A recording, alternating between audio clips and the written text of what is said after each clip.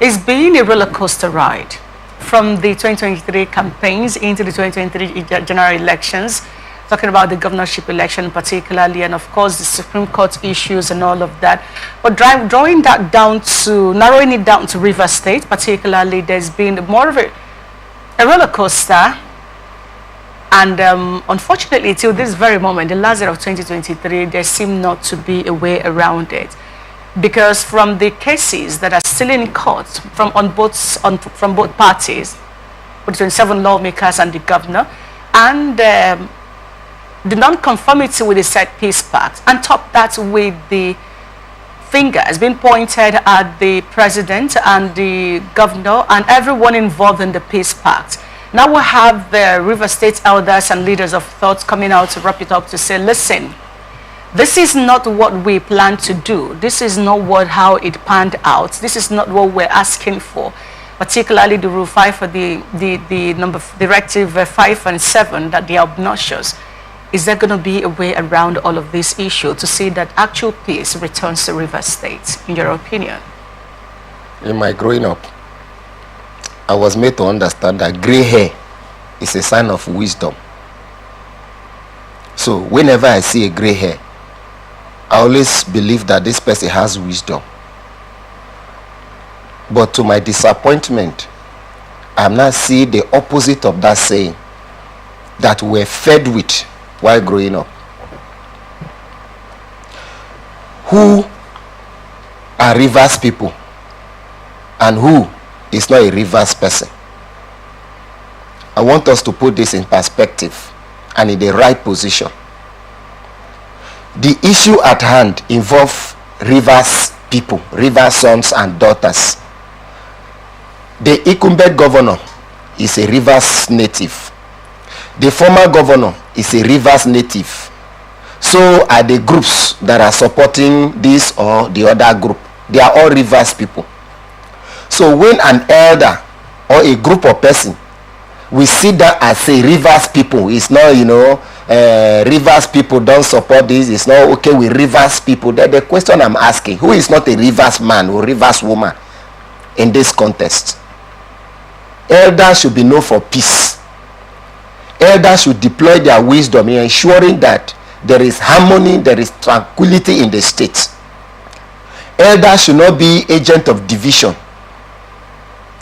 When children are quarreling, the elders will step in to ensure that peace returns. He said the issues that baited whatever crisis or disagreement is not tackled. Did himself tell us what the issues are now? Did he tell us? He said that Peace Pact didn't resolve the issue. So what are the issues? He didn't tell us what the issues are.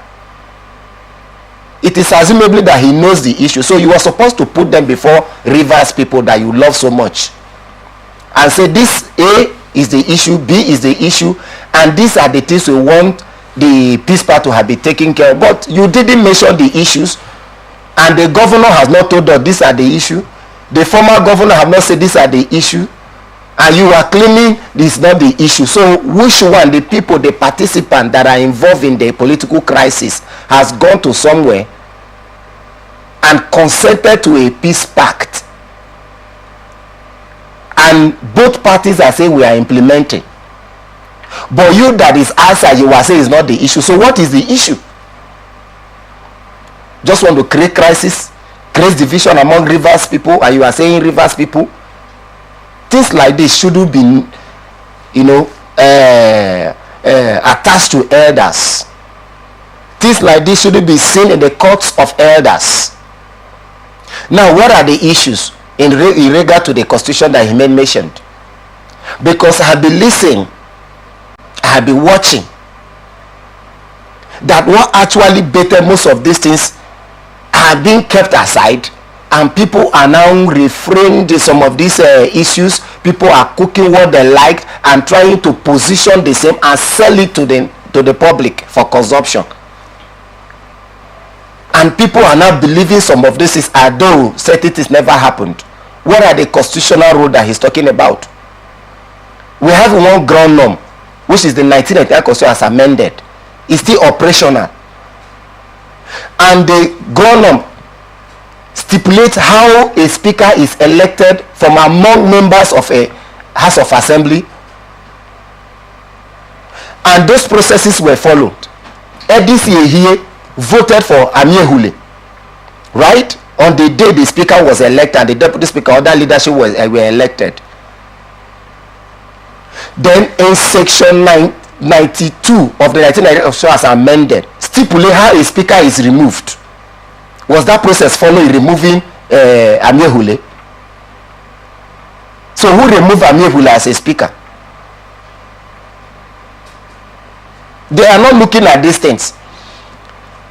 Besides, on the Sunday that the news broke out, there is an impeachment attempt and all that, and the state assembly got fire and the rest of it. I think the next day, the Rivers State Assembly sat and decided on certain issues, including the suspension of Edisi and some other members. That was the decision of the House. Because one of the criteria to transact business of the House, number one, is to form a quorum. And other critical decisions, according to the Constitution, says it must be by the virtue of 2/3 majority. So about 27 persons sat, which is above quorum, and also made the criteria of 2/3 and took decision and suspended Edisi and some other 3 members. That suspension still subsists. What we had later was Edisi sat. How can you sit when you are under suspension? Our 4 members took a decision that he is now a speaker, proclaiming himself as a speaker, and also suspending the majority. How is it done in the eyes of the law? Was that the conscience of the Constitution? We are not looking at these things. Then suddenly we had that the court gave this, and the law is very explicit that the speaker and deputy speaker shall be elected from among the members, not the court electing the speaker. The court cannot choose a speaker. The National Assembly is an arm of government, just like the judiciary. So an arm of government cannot choose the leadership of the other arm of government, most especially when the law is very explicit and particular in those cases.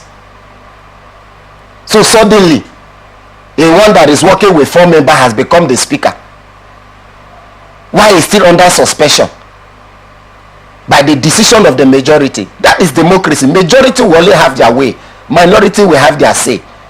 Democracy is a majority rule. So if we say we are practicing democracy and constitutionalism, and the processes that the Constitution stipulates in electing the speaker and removing the speaker will not follow, and you are claiming constitutionalism. Our Constitution, it doesn't have the, we don't want to undermine our Constitution. Oh, it tantamount to this, it tantamount to that. Are you following the Constitution? Even listen to your argument. How can one that is suspended by the House take decision? Every decision that is so taken in the eyes of the law is null and void because it's under suspension.